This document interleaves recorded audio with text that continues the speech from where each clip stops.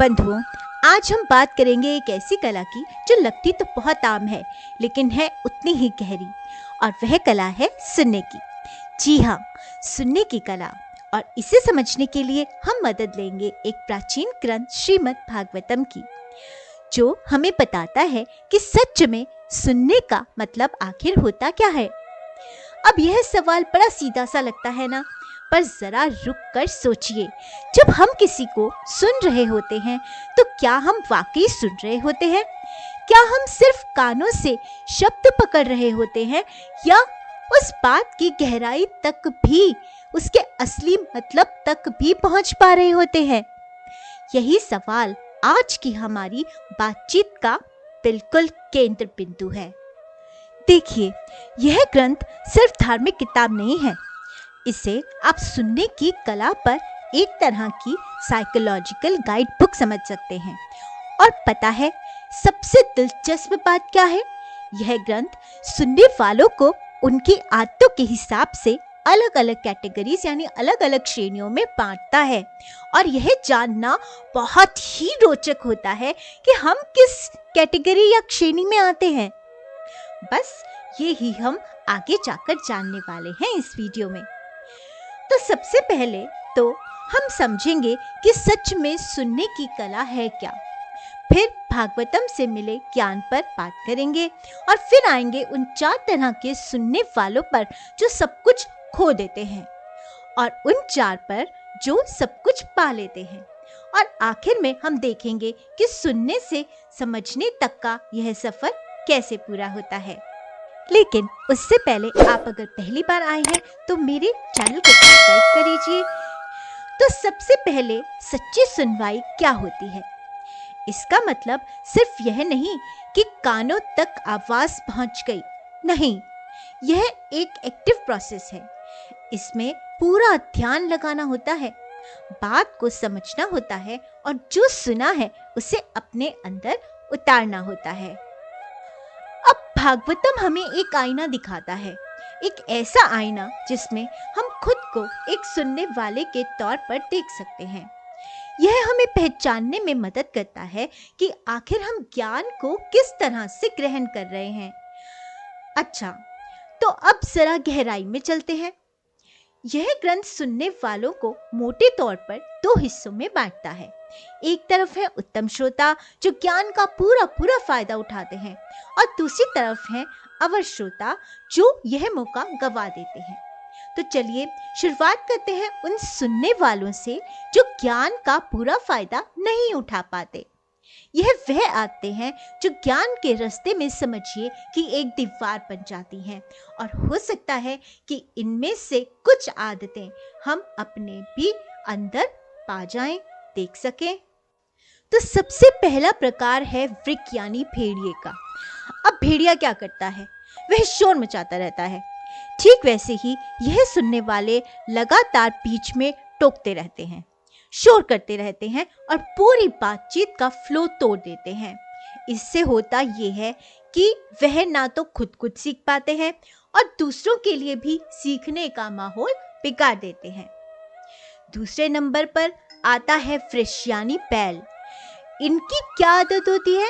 ये हर तरह की बात को बिना किसी सवाल के, बिना सोचे समझे मान लेते हैं। मतलब इनके लिए क्या सही है, क्या गलत है, क्या काम का है और क्या बेकार का, इससे उन्हें कोई फर्क नहीं पड़ता। जैसे एक बैल सब कुछ खाता रहता है, चाहे गंदबला हो, चाहे कुछ भी हो, बिल्कुल वैसे ही ये भी सब कुछ ग्रहण करते रहते हैं, और नतीजा ज्ञान तो मिलता नहीं, उल्टा कंफ्यूजन बढ़ जाती है। फिर है तीसरा प्रकार उष्ट यानी ऊंट। ऊंट की तरह जो मीठे पत्ते छोड़कर कड़वे नीम चबाता है। इन सुनने वालों का झुकाव भी हमेशा नेगेटिविटी की तरफ होता है।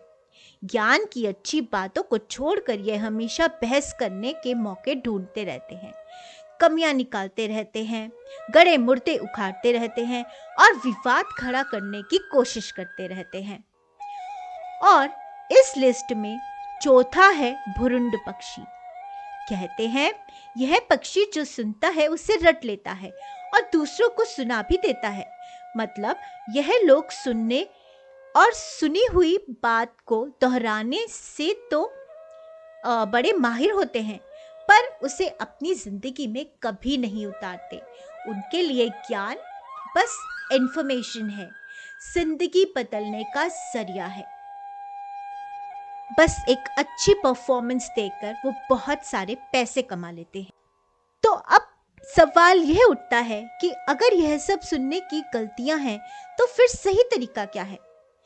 एक आदर्श सुनने वाला आखिर बना कैसे जाए? चलिए अब इस पर बात करते हैं। तो अब हम बात करेंगे उन आदर्श सुनने वालों की, वो लोग जो ज्ञान का असली सार, उसका पूरा निचोड़ ग्रहण कर लेते हैं। यह वो रोल मॉडल्स हैं जिनसे हम सबको सीखना चाहिए। तो देखिए, यहाँ 2 बेहतरीन उदाहरण हैं। पहला है चातक पक्षी। कहते हैं यह सिर्फ बारिश का शुद्ध पानी ही पीता है। ठीक उसी तरह एक आदर्श श्रोता भी सिर्फ शुद्ध ज्ञान का ही ग्रहण करता होता है, उसे अपनाता है। और दूसरा है हंस। हंस की खूबी क्या है? वह दूध और पानी को अलग कर देता है। बिल्कुल वैसे ही एक विवेकशील श्रोता कितनी भी बातें सुन ले, उसमें से काम का ज्ञान, उसका सार वो निकाल ही लेता है। अब अगले 2 आदर्श हैं शुक यानी तोता और मीन यानी मछली। तोते की तरह एक अच्छा सुनने वाला जो भी ज्ञान देता है उसे बहुत ही सुंदर और साफ तरीके से दूसरों के साथ बांट भी देता है, जैसे हमारे व्यास होते हैं। और मछली वो पूरी तरह शांत और एकाग्र होकर सब कुछ देखती और सोचती रहती है। ठीक वैसे ही एक आदर्श श्रोता बिना किसी डिस्टर्बेंस के पूरे फोकस के साथ हर शब्द को अपने अंदर उतार लेता है, अपने जीवन में भी उतार लेता है।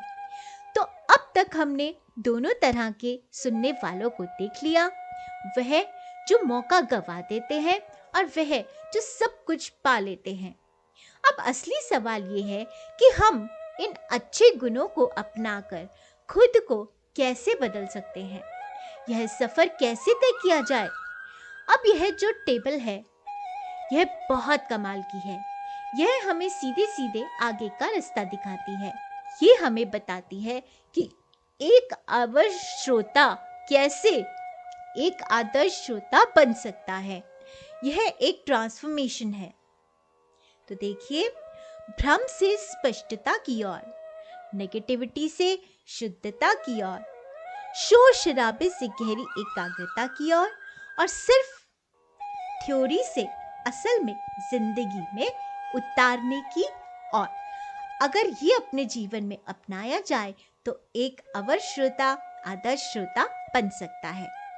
तो यहाँ पर सबसे बड़ी सीख क्या है? यही कि अच्छा सुनने वाला बनना कोई जन्मजात गुण नहीं है।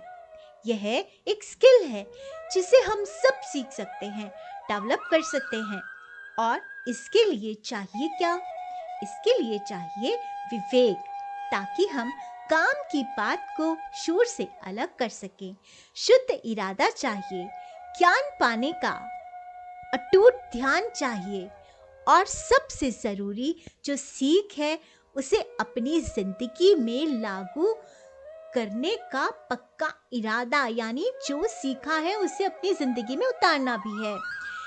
यह एक कॉन्शियस एफर्ट्स हैं। और आखिर में यह सवाल मैं आप सबके लिए छोड़ रही हूँ। इस प्राचीन ज्ञान की रोशनी में जरा सोचिए, खुद को आप कहाँ पाते हैं? हम कौन सा श्रोता बनना चाहेंगे? याद रखिए, यह एक चॉइस है, एक चुनाव, और हमारा यही एक चुनाव तय कर सकता है कि हम जिंदगी में कितना सीखेंगे और कितना आगे बढ़ेंगे। श्री राधे।